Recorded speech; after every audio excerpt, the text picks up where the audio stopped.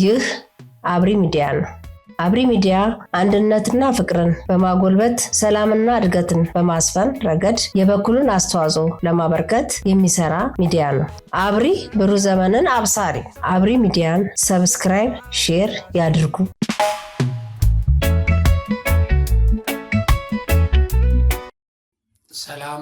ሰላም የአብሪ ሚዲያ አድማጭ ተመልካቾቻችን ሰላም ጤና ይስጥልኝ። ሰላማችሁ፣ ጤናችሁ፣ ፍቅራችሁ፣ አንድነታችሁ በያላችሁበት የጸና እንዲሆን ያለንን ምኞት ከአብሪ ሚዲያ ዝግጅት ክፍል እንገልጻለን። አብሪ ሚዲያን ሰብስክራይብ፣ ሼር፣ ላይክ አድርጉ እና ወደ ዛሬው ዝግጅቴ ስገባ ያው የታሪካዊ ጠላቶቻችን የፈጸሙብንን ከበባና ከከበባው ለመውጣት ኢትዮጵያ መውሰድ ያለባትን እርምጃ እስካሁንም ለጠላት ከበባ ላለመጋለጥ ወይም በከበባ ስር ላለመዋል ኢትዮጵያ ምን ተግባራት አካሂዳለች? ይህን እንመለከታለን። ያው ትናንትና የሶማሌላንድን እውቅና አስመልክተን የሰራነው ፕሮግራም ነበረ። የእሱን ተከታይ እናያለን ዛሬ። ምክንያቱም ሰፊ ጉዳይ ነው። እንደዚህ አንድ ፕሮግራም የተወሰነች በአጭር ሰዓት ተወያይተው የሚያልቅ አይደለም እና ኢትዮጵያ ይሄንን በምን መልኩ ነው መጠቀም ያለባት? በምን መልኩ ነው ማቀጣጠል ያለባት? በምን መልኩ ነው የሶማሌላንድ ሀገርነት እውን እንዲሆን ሶማሌላንድ ተጠናክራ እንድትወጣ ማድረግ ያለባት የሚለውን እንመለከታለን። ምክንያቱም የሶማሌላንድ አገርነት መጠናከር ለኢትዮጵያ ሕልውና እጅግ በጣም አስፈላጊ ነው። ይሄ የነብርን ጅራት ከያዙ አይለቁም የሚለው ተረት አሁን ነው ተግባራዊ መሆን ያለበት፣ እንመለከተዋለን። ከዛ በፊት አንዳንድ ኢንፎርሜሽኖችን ለመለዋወጥ ያህል ትግራይ ውስጥ የትግራይ ተፈናቃዮች የክልሉን አስተዳደር ወይም የታደሰ ወረዳን አስተዳደር ወደ መጣንበት መልሱን፣ ወደ ቤታችን መልሱን፣ እያለቅን ነው፣ እየተጎዳን ነው፣ እየተራብን ነው ብለው ወጥረው ይዘዋል። ከዚህ በፊት ድርጅቴን ይዤ ነው የምመለሰው፣ ህወሓት ካልተመለሰችን ያልመለሰም አሉኝ እያሉ እነ ደብረ ጽዮን እነ ሞንጆሪ ነው ሲያጭበረብሩ የነበረው። አሁን ህልውናችን አደጋ ላይ ነው መልሰን እያሉ የሚጠይቁት የክልሉን አስተዳደር ነው። ምንም ሌላ ቅድመ ሁኔታ ከከሌ ጋር እንመለስ እንደዚህ የሚል ህወሓት ለእልቂት እንዳዳረጋቸውና ለፖለቲካ መጠቀሚያ እንደዋላቸው በእርዳታ የሚመጣላቸውን ምግብ እየዘረፈ እንደተጠቀመበት ገንዘባቸውን እንደወሰደ እና የነሱ አለመመለስ ለሱ ትርፍ እንጂ ለነሱ ኪሳራ መሆኑን ስለተረዱ በዚህ ሁኔታ ላይ ከፍተኛ ጥያቄ እየጠየቁ ነው። ያው ቪዲዮውን ተመልከቱት። እንግዲህ እነ ታደሰ ወረደ ቦርጫቸውን ወደፊት አስግገው ከዚህ ከረሃብተኛ መሃል ገብተው ወይ እንፈጽምልሃለን ወይ አንፈጽምልህም ብለው በመፍትሄ ሀሳብ ላይ ከመወያየት ይልቅ በቃ ዝም ብለው ገብተው ያዳምጡታል። ጩኸቴ ያበቃል፣ በዚህ ጊዜ እንመልሰሃለን ማለት ነው የሚፈልገው በአሁኑ ሰዓት ረሃብተኛው። ግን እነዚህ ሰዎች እየተሳለቁበት ይመስላል። ለማንኛውም አሁን ይሄ ረሃብተኛው ማለት ተፈናቃዩ፣ አጠቃላይ ተፈናቃዩ ወደ ቤት የመልሱኝ በቃ የመጨረሻው ደረጃ ላይ ነው ያለው። በየመድረኩም ይሄንን እየገለጸ ነው። ሌሎች የትግራይ ተወላጆችም የቲፒኤልኤፍን ሴራ ተረድተው እዚህ ላይ እየተረባረቡ ነው። ይመለሱ ተፈናቃዮች እና አሁን ህወሓት የሚባል ድርጅት እነዚህን ተፈናቃዮች መተናነቁ ወይም ለፖለቲካ መጠቀሚያ ማድረጉ ከውርደት ውጪ ምንም ትርፍ የሚያስገኝለት አይደለም። ከዚሁ ጋር ተያይዞ የስምረት ፓርቲ መግለጫ አውጥቷል እና የስምረት ፓርቲ ያወጣው መግለጫ የትህነግ ቡድን የመልሶ ማቋቋም ስራን በማደናቀፍ ተፈናቃዮችን የፖለቲካ መጠቀሚያ እያደረገ ነው ብሏል። ስምረት ለዲሞክራሲ ፓርቲ ዛሬ ነው ታህሳስ 19 ነው መግለጫውን ያወጣው እና ምንድን ነው የሚለው? የትህነግ ቡድን የመልሶ ማቋቋም ስራን በማደናቀፍ ተፈናቃዮችን የሴራ ፖለቲካ መጠቀሚያ እያደረገ ስለሆነ ከዚህ ድርጊቱ እንዲታቀብ ብሎ ያስጠነቅቃል። ህገወጥ ቡድኑ የእርዳታ ለተፈናቃዮች እንዳይደርስ በማድረግ ረሃብ ለመፍጠር ሲሰራ ቆይቷል፣ አሁንም እየሰራ ነው ይላል እና የስምረት ዲሞክራሲያዊ ፓርቲ ይህንን መግለጫውን በመቀጠል በትግራይ ክልል ውስጥ የሚንቀሳቀሰው ህገወጥ ቡድን ተፈናቃዮች ወደ ቀያቸው ተመልሰው እንዳይቋቋሙ እንቅፋት ፈጥሯል። ለዚህም ለደረሰው ነገር ሁሉ ተጠያቂው ይሄ ህገወጥ ቡድን ነው ይላል እና ተፈናቃዮችንም የሴራ ፖለቲካ መጠቀሚያ ማድረግ በጣም ነውር ስለሆነ ከዚህ ድርጊቱ እንዲታቀብ፣ የትግራይ ህዝብም አሁን የመጨረሻ የዚህን ቡድን ሴራ ስለተረዳ ይህን ቡድን በቃ ሊለው ይገባል እና ይሄ ቡድን ለፖለቲካ ትርፍ ሲል በተፈናቃዮች ስም እንደሚነግድ ዓለም አቀፍ ማህበረሰብም ስለተረዳ ተፈናቃዮችን በማስፈራራትና ችግር ውስጥ በማስገባት አሁንም ለረሃብ እያዳረገ መሆኑን ጠቁመዋል። አሁንም ከዚህ ድርጊቱ አለመቆጠቡን ያሳስባሉ እና የህገ ወጥ ቡድን በተጨማሪም ለተፈናቃዮች የሚላከውን እርዳታ በመቀማት ላልተገባ ዓላማ እያዋለ የፖለቲካ ፍላጎቱን ሊያስፈጽምበት እየሞከረ ስለሆነ ከነዚህ ውስጥ ከተፈናቃዮች ውስጥ መብታቸውን የሚጠይቁትን መልሱን፣ በምክንያት እዚህ ከቤታችን ከሞቀ ቤታችን ይሄን ያህል ዓመት ርቀን አርሰን ከምንበላበት ነግደን ከምናተርፍበት በአጠቃላይ ሰርተን ከምንጠቀምበት ቦታ አረቃችሁን ለስቃይና ሰቆቃ እየዳረጋችሁን ስለሆነ መልሱን ሲሉ ይሄንን የሚያስተባብሩ ሰዎችን እርምጃ እየወሰደ እያስፈራራ ይገኛል ብሏል የስምረት ፓርቲ እና ይህ ህገወጥ ቡድን የተፈናቃዮቹ ችግርና ሞት ስቃይ እንዲቀጥል እያደረገ ነው።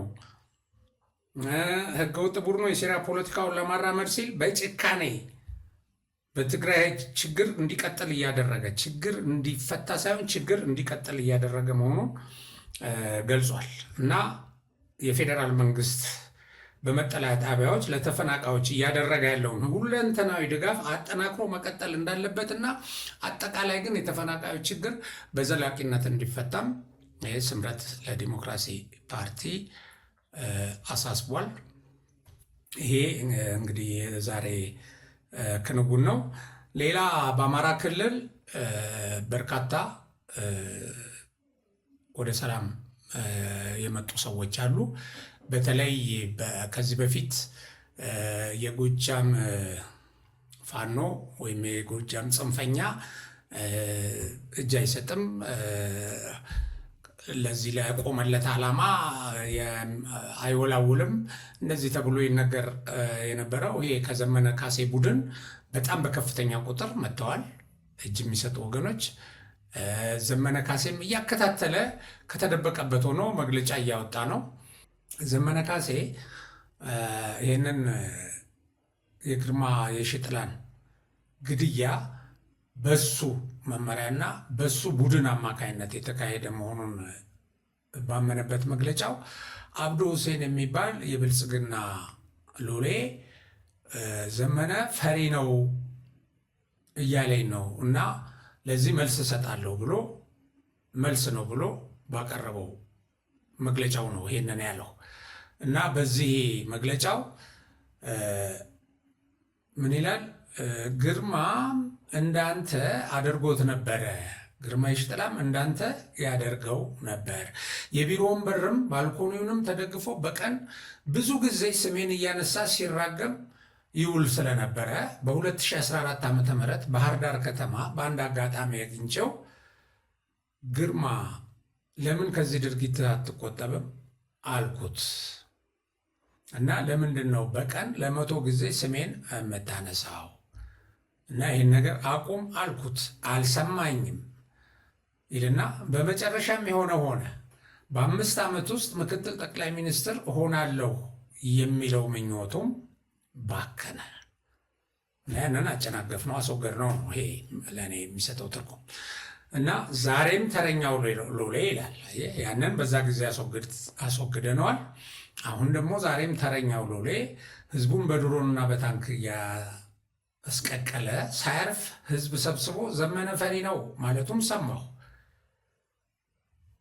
እና ይሄም የእጁን ያገኛል ናይልና ሌሎች በጣም ዝርዝር ነገሮችም አሉት በሰጠው መግለጫ ላይ። ዞሮ ዞሮ በዚህ መግለጫው አንድ ዘመነ በግልጽ ያመናልን ነገር የግርማ የሺጥላን ግድያ በሱ መከናወኑን ነው እና ከዚህ በፊትም ገድያለሁ፣ አሁንም እገላለሁ ነው እና እነ ዘመነ በሰው መግደል እና መረሸንን በተለያየ ቋንቋ ቢገለጽም እርምጃ መውሰድን የመሳሰሉትን እንደ ኖርማል ነገር ነው የሚገልጹት። ገለናል፣ ወደፊትም እንገላለን የሚሉ አይነት ጭራቆች ናቸው። የሚገሉት አማራ ነው። አሁን በዚሁ በአማራ ክልል ባህር ዳር ከተማ ላይ ባለፈው አንድ ወጣት የሆነ ሕፃን ሲታገት አይቶ ያንን ለማስጣል አይነ እያየ ይሄ ድርጊት አይፈጸምም ብሎ ያንን ለማስጣል በፈጸመው ግብግብ ገለውታል ታጣቂዎቹ ወይም እነዚህ ጽንፈኞች። እና አሁን የእሱ የባህር ዳር ወጣቶች የባህር ዳር ህዝብ የእሱን መታሰቢያ የእሱን መስዋዕትነት ያከበሩበት የመታሰቢያ ስነ ስርዓት አካሂደዋል። ዛሬ ያው ቪዲዮውን ትመለከቱታላችሁ። እና ይሄ ወጣት እንዴት ነው የሆነው? እስቲበል ቢያድግልኝ ይባላል። በ1604 2018 ዓ.ም ከዛሬ 3 ቀን በፊት ማለት ነው ከጧቱ 3 ሰዓት በዳግማዊ ምኒልክ ክፍለ ከተማ ባህር ዳር ውስጥ ነው የጽንፈኛው አጋጭ ቡድን አባላት አንድን ሰው ለማፈንና ለማገት ሲሞክሩ ተመልክቶ ይህን ሁኔታ በዝምታ ወይም በቸልታ አላይም፣ በምን ያገባኛል ስሜት አላልፈውም ብሎ ከታጠቁ አጋቾች ጋር በባዶ እጁ ተናንቆ ታጋቹን ከአጋቾቹ አስለቅቋል። በሚያሳዝን ሁኔታ ግን አጋቾቹ በተኮሱት ጥይት የሱ ሕይወት አልፏል። እንደዚህ አይነት ሰዎች ናቸው እና ይሄ ጀግና በፈጸመው በማይረሳ ተግባር ለሕይወቱ ሳይሳሳ ሌላ ሰው ሕይወት ለማትረፍ ብሎ በወሰደው እርምጃ ያው ክልሉ ህዝቡም የተሰማውን ሐዘን ገልጾለታል። እና ዛሬ የባህር ዳር ከተማ ህዝብ የከተማው ነዋሪዎች ይህ ልበቀና ሰው ወዳጅ ሰውን ለማዳን ሲል ህይወቱን ለሰዋ ወንድም የሐዘን ቀን አክብረዋል። በዚህ በምታዩት ሁኔታ ማለት ነው። እና ይሄ እንግዲህ ይሄ ገዳይ ቡድን የአማራን ህዝብ ነፃ አወጣለሁ ብሎ የአማራን ህዝብ የሚገድል በሌላ እንደውም አሁን እንግዲህ እነ ግርማ ይሽጥላን ከዚህ በፊት የክልሉን ባይዘው ዘመነ ወደፊት የነ ዶክተር አምባቸውንም ግድያ ያው ሊፎክርበትና በጀብደኝነት ሊነግረን ይችላል እንዳሁኑ ኃላፊነቱን ሊወስድ ይችላል። እና እንደዚህ አይነት ሰዎች ኦኬ በፖለቲካ ልዩነት አለን ብለው ሊሆን ይችላል። ኖርማል ጤናማ ሰው ከተማ ውስጥ ገብተው ለገንዘብ ሲሉ ማገት አታግቱም ያለውን ደግሞ ሌላ ሰላማዊ ሰው መግደል በጣም አሳዛኝ ነገር ነው። ይሄም እንግዲህ የሰሞኑ ክስተት ነው። ዛሬ በ19 በባህር ዳር ውስጥ ለዚህ ወጣት መታሰቢያ ተደርጎለታል። ስለዚህ ይሄንን ለመረጃ ያህል ከተመለከትን ወደ ተነሳንበት ከባህር በር ጉዳያችን ጋር ወደ ተያያዘ ጉዳይ እንግባ። እንግዲህ ብዙ ሰዎች ይሄ የሶማሌላንድ በእስራኤል የተሰጠው እውቅና በመላው ዓለም እየናኘ ባለበት በአሁኑ ሰዓት ብዙዎች የሶማሌላንድን የእውቅና ጉዳይ ኢትዮጵያ ለሕልውናዋ እጅግ አስፈላጊ ስለሆነ በደንብ አድርጋ ልትሰራበት እና ልታጠናክረው ይገባል እያሉ ይመክራሉ። እና ይሄ እውቅና ቀጥለው የሚሰጡ ሀገሮች የፈለገ ይሁኑ የጉዳዩ የሶማሌላንድ ሀገር መሆን እንደ ሀገር ቆማ ደግሞ ተጠናክራ ሰርቫይቭ ማድረግም ጭምር ከማንም በላይ ለኢትዮጵያ ሕልውና አስፈላጊ ነው። በተለያየ የመገናኛ ብዙሃን እንደሰማችሁት ከሆነ ግብጾች ኢትዮጵያ መፈናፈኛን እንዳታገኝ እናደርጋታለን ብለው ጅቡቲን፣ ሶማሊያን፣ ሻዕቢያን ደግሞ አሰብን አስተባብረው እነዚህን ወገኖች በጥቅምም በፖለቲካም ደልለው ከኢትዮጵያ በተጻራሪ እንዲቆሙ ለነሱ መሳሪያ እንዲሆኑ አድርገው በየአካባቢው ወታደራዊ ስምምነት በመፈጸም የጦር ቤዝ በመያዝ ኢትዮጵያ እንዳትወጣ እስትንፋሷን እናቋርጣለን እያሉ በግልጽ መግለጫ እየሰጡ ያሉበት ወቅት ስለሆነ ይህ የሶማሌላንድ ሀገር የመሆን ጉዳይ ከዚህ ጋር ተያይዞ ቀደም ሲል ኢትዮጵያ ተፈራርማ የነበረችው ሜሞራንደም ኦፍ አንደርስታንዲንግ እውን መሆን የምርጫ ጉዳይ ሳይሆን የግድ መደረግ ያለበት ጉዳይ ነው። አንዱ ኢትዮጵያ ለሶማሌላንድ እውቅና የመስጠቷን ጉዳይ በፍጥነትና ከመጀመሪያዎቹ አገራት ተርታ ሆና ነው ማካሄድ ያለባት እያሉ ይመክራሉ። የቀጠናውን ፖለቲካ፣ የቀጠናውን የኃይል አሰላለፍ የሚከታተሉ ሰዎች ይሄ እውነት ነው። እስራኤል ለሶማሌላንድ የሰጠችውን እውቅና አስመልክተው የተለያዩ ወደ 21 የሚደርሱ አገራት ተቃውሟቸውን አሰምተዋል። የአውሮፓ ህብረትም እንደ አፍሪካ ህብረት ሁሉ ተቃውሞውን አሰምቷል። የጸጥታው ምክር ቤትም በነገው ዕለት ስብሰባ ጠርቷል። ይሄ ያስነሳው አቧራ ያው የሚጠበቅ ነው። ነገር ግን የዓለም ሀገራት ከዚህ በላይ ነው ቁጥራቸው። ይሄንን ይቀለበሳል ተብሎ አይታሰብም እና ምናልባትም ከዚህ በኋላ በዚህ ደረጃ ይሄ ዓለም አቀፍ ውግዘቱ ወይም የማደናቀፍ ተግባሩ እየተጠናከረ በሄደ ቁጥር አሜሪካንን ጨምሮ ትልልቆቹ ሀገራት ደግሞ በዚህ ጉዳይ ላይ ይገባሉ እና እንደዚህ በመሆኑም ኢትዮጵያ በቀጥታ ይሄንን ደግፋ እውቅና መስጠት የግድ ይላታል።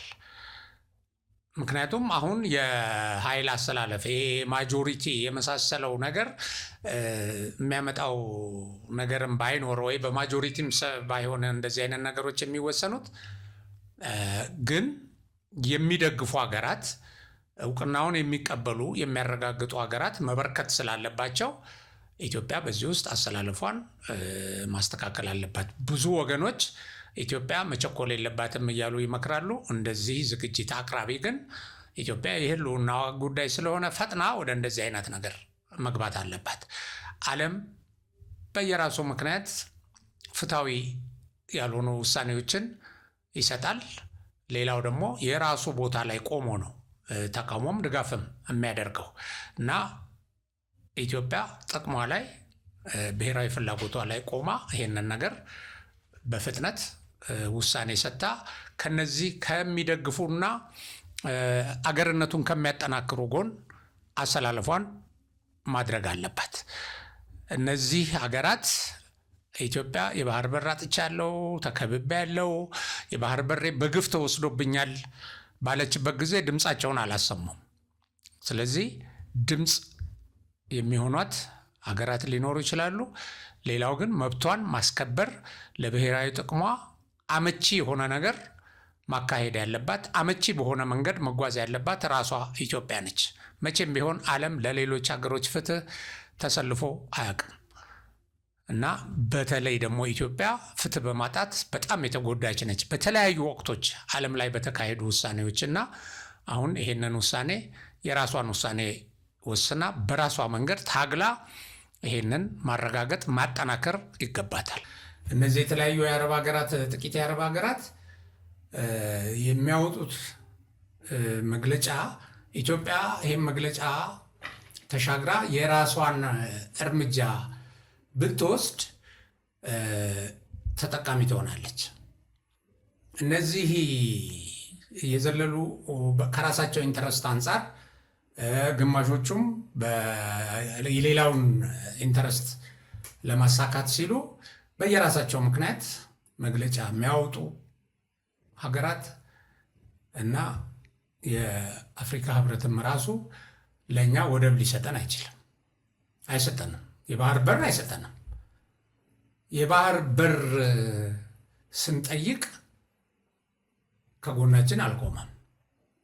እርግጥ ነው አሁን ይሄ ወጥቶ መግለጫ የሰጠው የአፍሪካ ህብረቱ ሰውዬ ሲመረጥ የኢትዮጵያን የባህር በር ፍላጎት እንዲሳካ አደርጋለሁ ብሎ ነበር። ሎቢ ካደረገባቸው ነጥቦች አንዱ ይሄ ነው።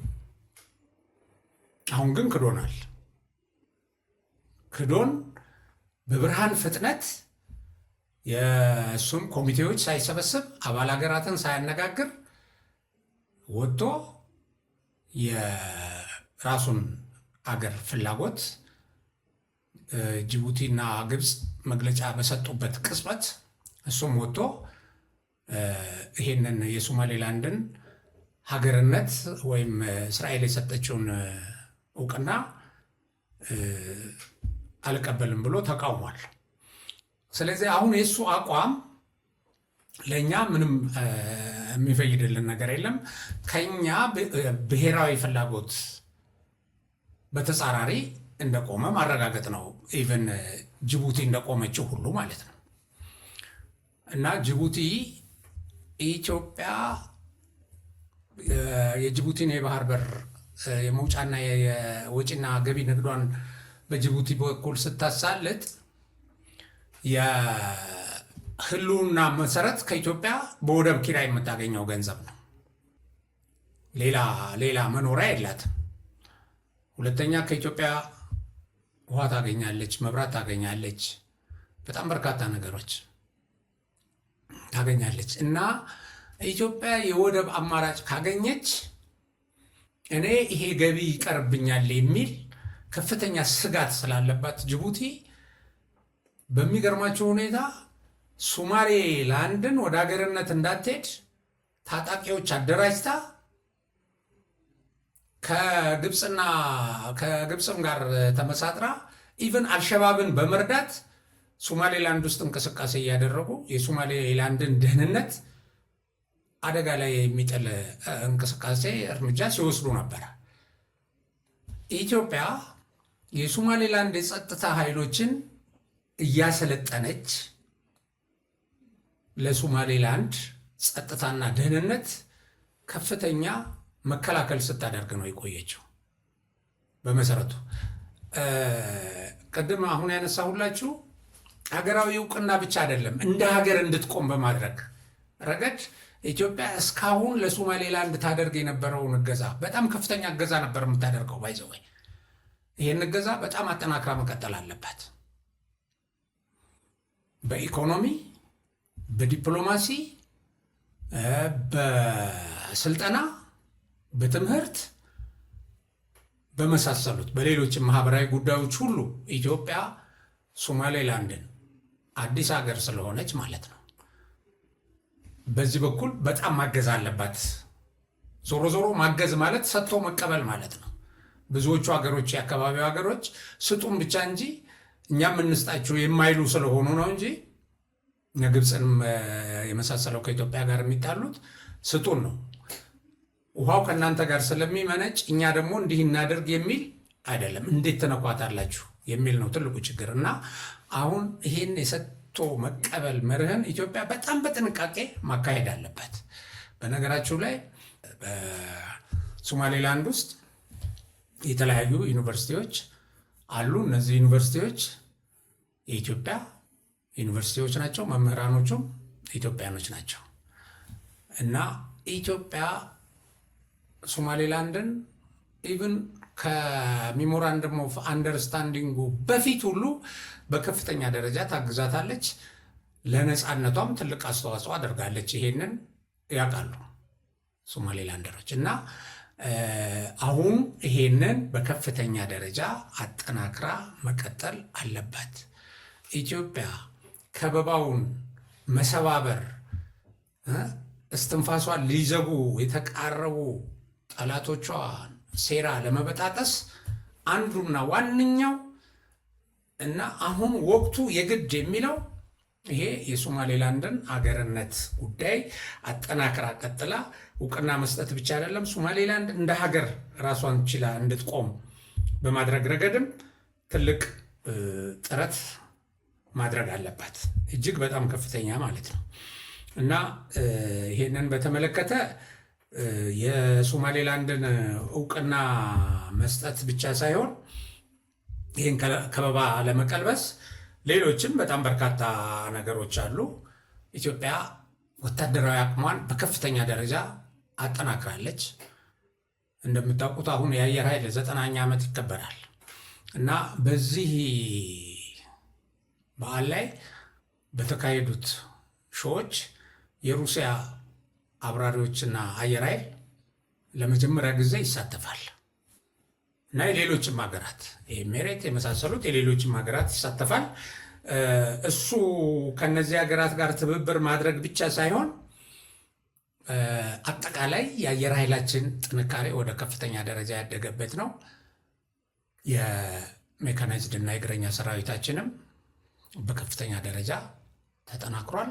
ከዛ በላይ ግን ኢትዮጵያ የባህር ኃይሏን ባህር ላይ ስላልወጣች የባህር ኃይሏን ከማጠናከር ወደኋላ ብላ አታውቅም። ስታጠናከር ቆይታለች። የባህር ኃይሏን ተገቢ ስልጠና፣ ተገቢ ልምምድ ሲያደርግ ቆይቷል።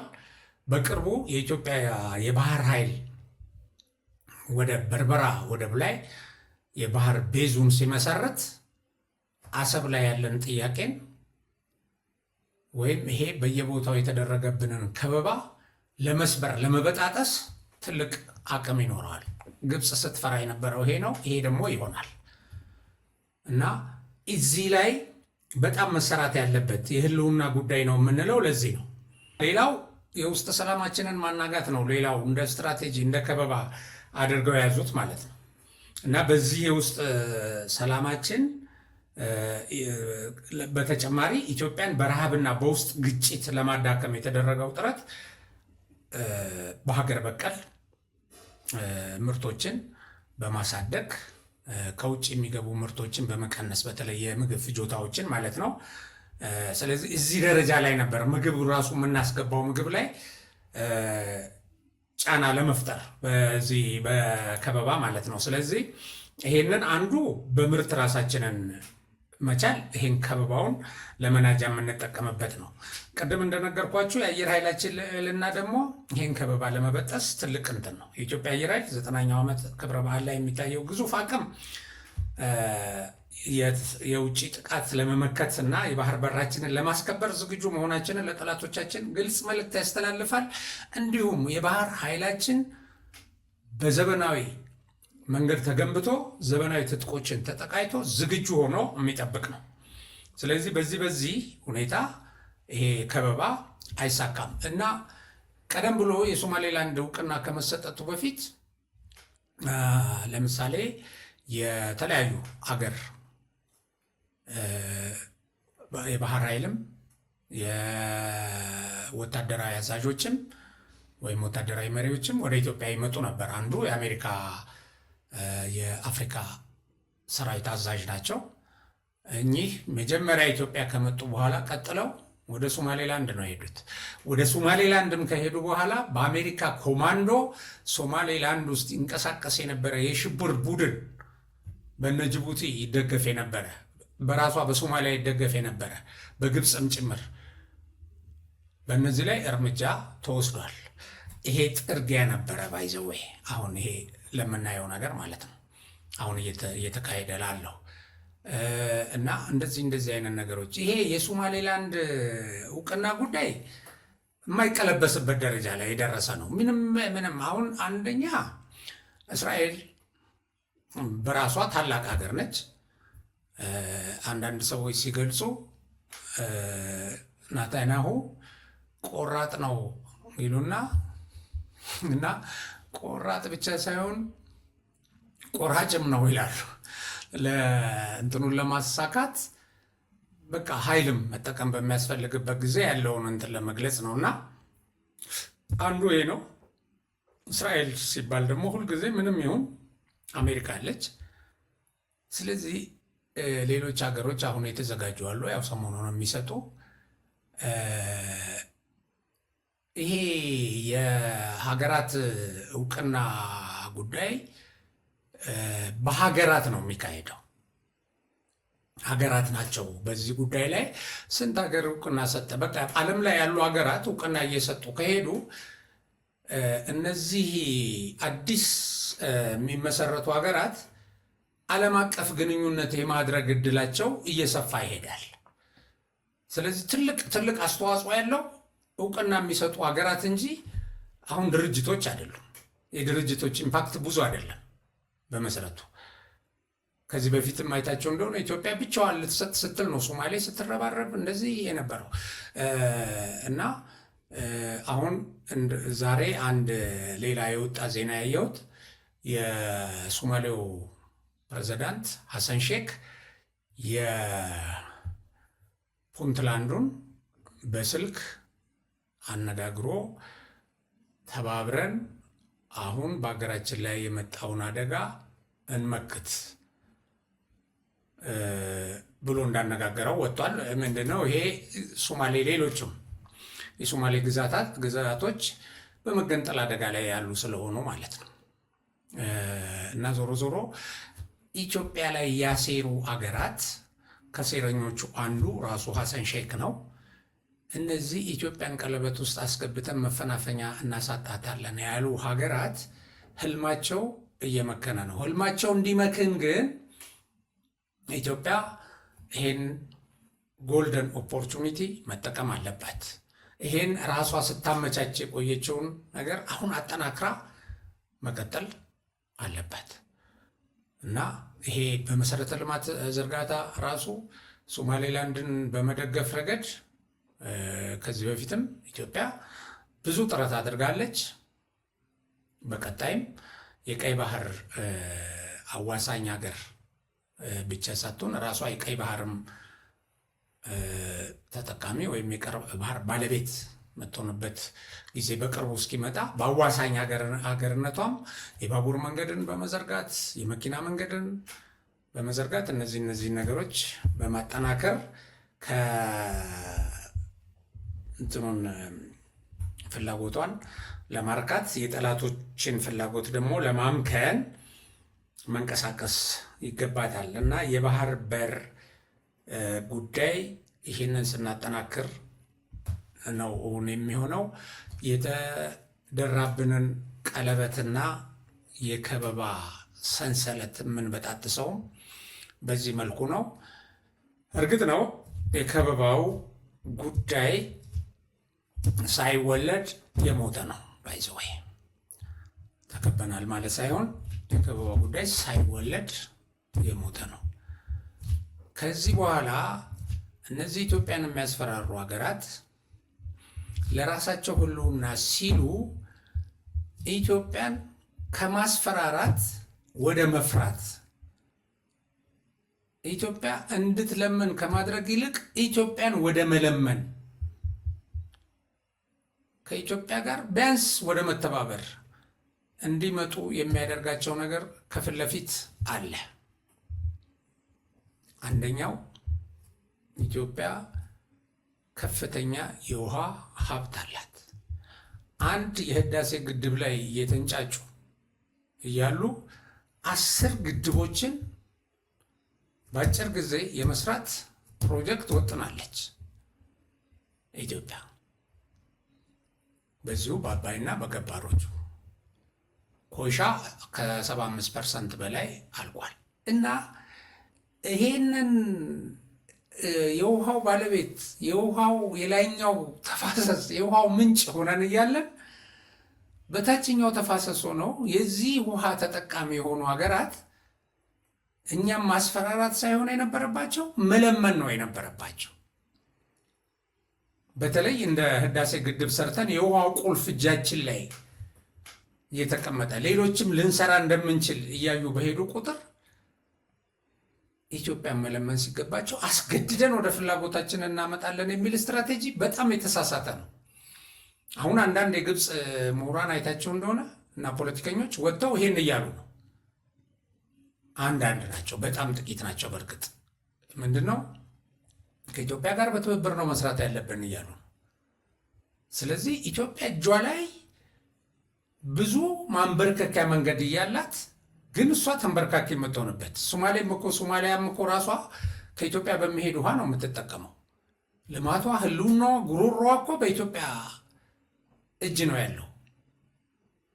ጅቡቲ ግን እነዚህ ህልውናቸው በኢትዮጵያ እጅ ላይ ያለ ሀገራት የኢትዮጵያን ህልውና ለማጥፋት እየጋረዱ እየከበቡ እያሴሩ መገኘታቸው በጣም ያሳዝናል። እና የቀድሞ ነገስታት ቢያንስ አባይን ልንገድብ ነው ብለው እያስፈራሩ እኮ የወርቅ ስጦታ ይሰጣቸው ነበር። እንወጋቸዋለን ምናምን አይደለም፣ ወርቅ ባክዎት ተብሎ እጅ መንሻ ቀርቦ አትገድቡብን ይባል ነበር። አሁን ዘመናዊ ቴክኖሎጂ በጣም በተጠናከረበትና መገደብ እንደምትችል ደግሞ ኢትዮጵያ በትክክል ባሳየችበት ሁኔታ ውስጥ ኢትዮጵያን ማስፈራራት ድንቁርና ነው። ኢትዮጵያን ለማንበርከክ መሞከር በጣም ስህተት ነው። ብዙዎች ይሄንን እያሉ ነው። እና አሁን ኢትዮጵያ እንደ በፊቱ ተንበርካኪ ሳትሆን ቢያንስ በትብብር የምትሰራ ሀገር፣ ቢያንስ በሰጥቶ መቀበል ከኢትዮጵያ ጋር ለመስራት ለምነው ሊመጡባት የሚገባ ሀገር መሆን አለባት። አንዱ የሚተማመኑት ያው ግልጽ ነው፣ ባንዳዎችን ነው። ባንዳዎች ሀገራቸውን እንዲወጉ አድርገዋል። በጣም የሚገርማችሁ ወደ 10 የሚደርሱ የመስኖ ፕሮጀክቶች አማራ ክልል ውስጥ የተወጠኑ አሉ። ስንት ሄክታር መሬት የሚያለሙ የመስኖ ፕሮጀክቶች። አሁን ውጊያ የሚካሄደው እዛ አካባቢ ነው። አሽከር ቀጥረው የውክልና ጦርነት የሚያስደርጉት እነዚህን ለማሰናከል ነው። እና እዛ ያለ